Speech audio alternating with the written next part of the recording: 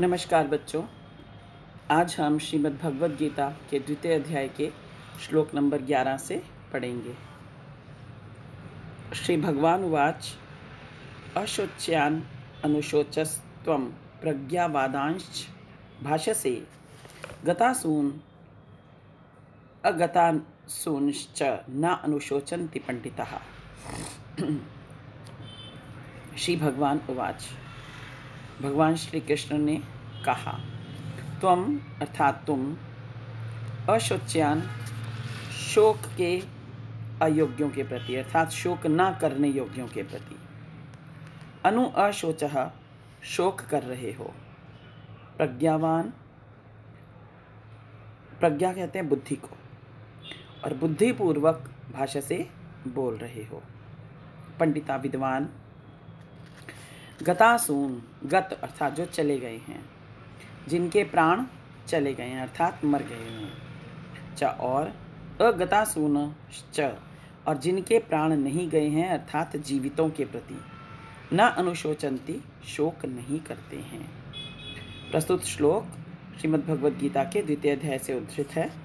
मोह में पड़े हुए अर्जुन को समझाते हुए श्री कृष्ण कहते हैं, श्री कृष्ण कहने लगे, भगवान उवाच मतलब श्री कृष्ण कहने लगे, हे अर्जुन,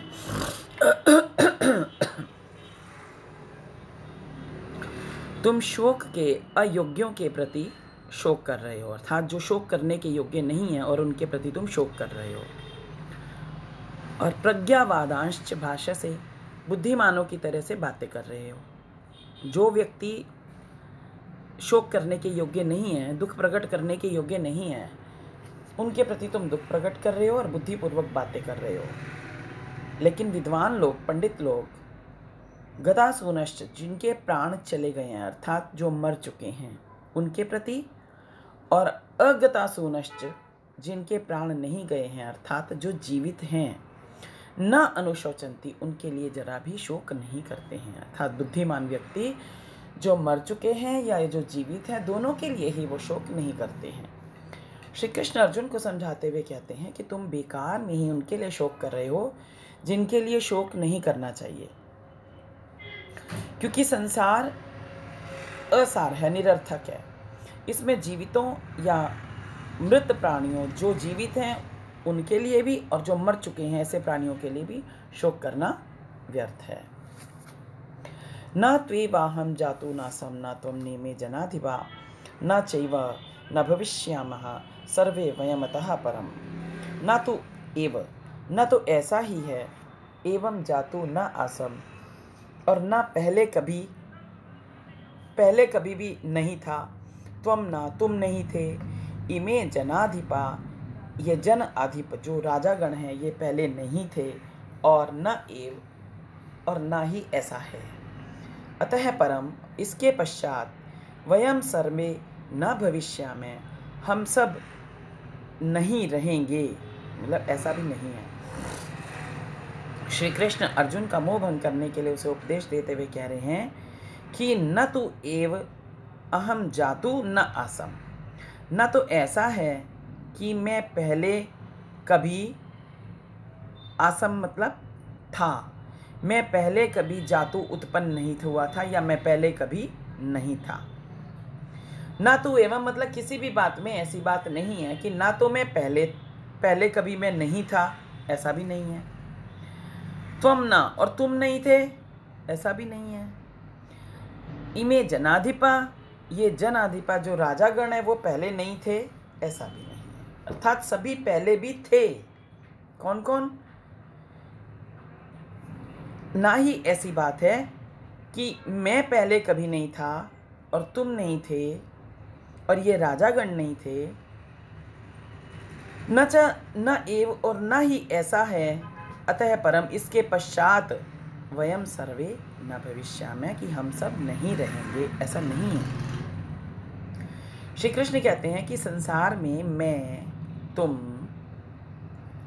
ये जो राजागण हैं ये सभी किसी न किसी रूप में पहले भी थे, आज भी हैं और आगे भी हम रहेंगे। ऐसा नहीं है कि पहले ये सब नहीं थे या तुम नहीं थे, मैं नहीं था, ना त्वेव अहम जातु, मैं पहले नहीं था, ना त्वम, ना ही तुम नहीं थे, ऐसा, ना त्वम, ना इमे जनाधिपा, और ना ही ये पूरे राजागण पहले नहीं थे, ऐसा नहीं है।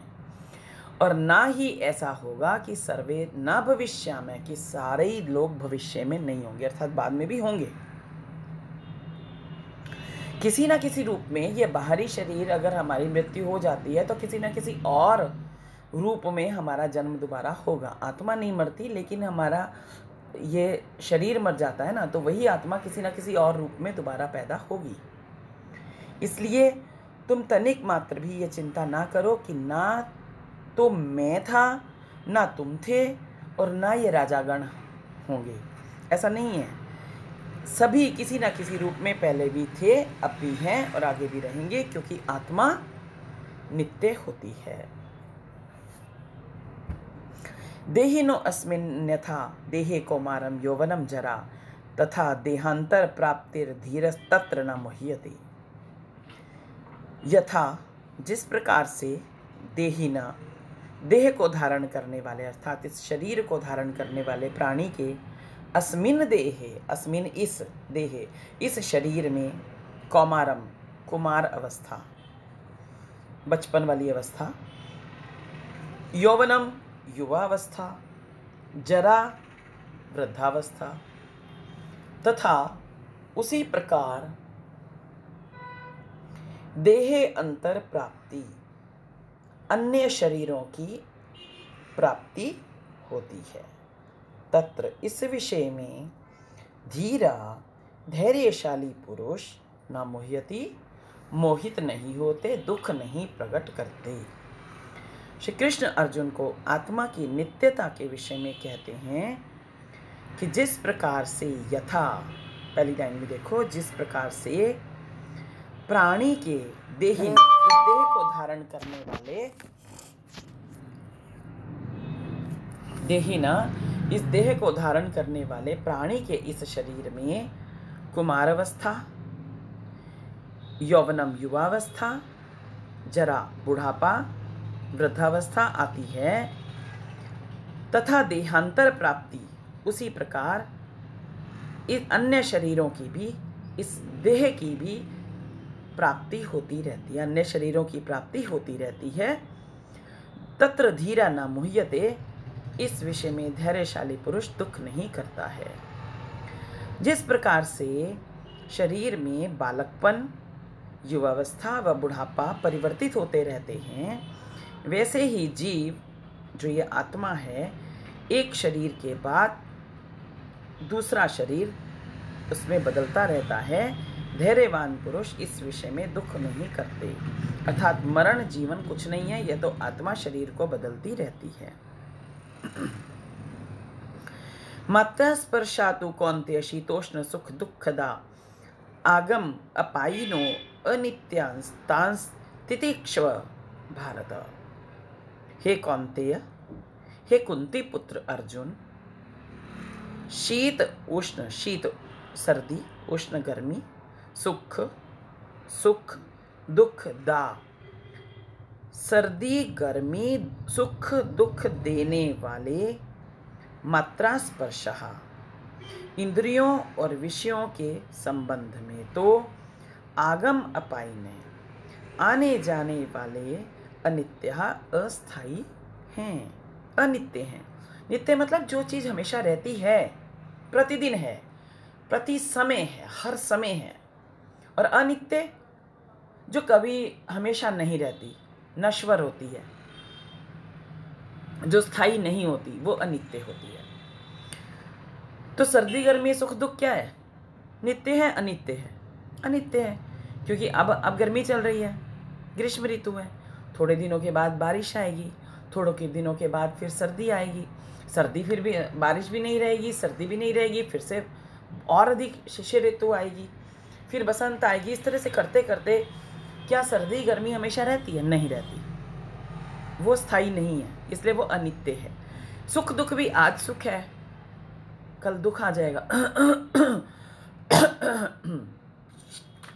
तो सुख दुख भी स्थायी नहीं होता है। इंद्रियों विषयों के संबंध में तू आगम अपाइन है, आने जाने वाले अनित्य अस्थाई हैं। हे भारत, हे अर्जुन, तान तितिक्षस्व, उनको तुम सहन करो। हे अर्जुन, भगवान श्री कृष्ण अर्जुन को संसार के विषयों को नाशवान बताते हुए कहते हैं, हे अर्जुन, सर्दी गर्मी सुख दुख देने वाले ये इंद्रियों व विषयों के संबंध तो आने जाने वाले अस्थाई होते हैं, कभी एक जैसे नहीं रहते। हे अर्जुन, तुम उन्हें सहन करो। अर्थात कहने का भाव है कि संसार में प्रत्येक मानव की 5 ज्ञानेंद्रियां और 5 कर्मेंद्रियां होती हैं। 5 कर्मेंद्रियां काम करने वाली जो होती हैं उनको कर्मेंद्रियां कहते हैं। जो ज्ञानेंद्रियां होती हैं, आँख, कान, नाक, त्वचा, ये 5 ज्ञानेंद्रियां होती हैं। आँख, कान, नाक, त्वचा और जिह्वा, ये जो सेंसेस हैं इनको ज्ञानेंद्रियां कहते हैं। संसार में मनुष्य की 5 ज्ञानेंद्रियां होती हैं और 5 कर्मेंद्रियां होती हैं, जिनसे वह सर्दी गर्मी सुख दुख आदि का अनुभव करता है। संसार दशा में इन सभी को सहन करना चाहिए। यम ही न व्यथयन्ते ते पुरुषम पुरुष ऋषभा सम दुख सुखम धीरम सो अमृतत्वाय कल्पते। हे पुरुष ऋषभा, ऋषभ कहते हैं श्रेष्ठ को। हे पुरुषों में श्रेष्ठ,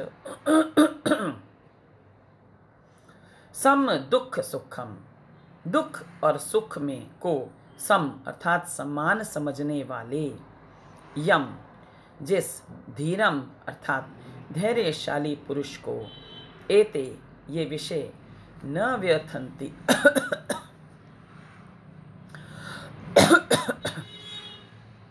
व्यथित नहीं करते हैं, पीड़ित नहीं करते हैं, दुखी नहीं करते हैं, स वह अमृतत्वाय मोक्ष के योग्य कल्पते होता है। संसार के सुख दुख आदि को सहन करने का उपदेश देते हुए श्री कृष्ण अर्जुन से कहते हैं, हे पुरुषों में श्रेष्ठ अर्जुन,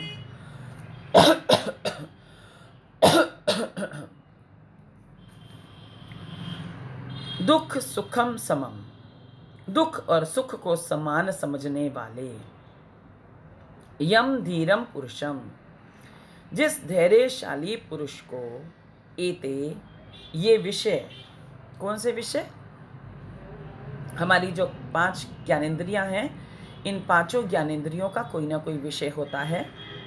आँख रूपी इंद्रिय का विषय है देखना, रूप देखना, रूप, अब वो कुरूप भी हो सकता है, सुरूप भी हो सकता है। कर्ण रूपी, श्रोत्र रूपी इंद्रिय का जो विषय है वो है सुनना। क्या सुनना, अच्छा सुनना या बुरा सुनना, श्रवण करना। अब ये हमारे हाथ में निर्भर करता है कि हमको क्या सुनना होता है। नासिका रूपी, घ्राण रूपी इंद्रिय का जो विषय होता है वो सूंघना, अब गंध लेना।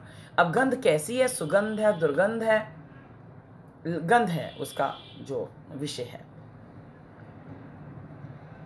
देखना, सुनना और जिह्वा रूपी जो जिह्वा रूपी रसनेंद्रिय है उसका विषय है स्वाद लेना। अब वो क्या खाया जाए, खट्टा मीठा तीखा जो भी कुछ हम खाते हैं उसमें वो कैसा स्वाद आ रहा है, ये सभी को कोई, हम जब ये लालसा ना रखी जाए कि हम कुछ भी खा रहे हैं, दुख में दुखी नहीं हो रहे, सुख में सुखी नहीं हो रहे, तो वो उसको समान भाव में रहना कहते हैं।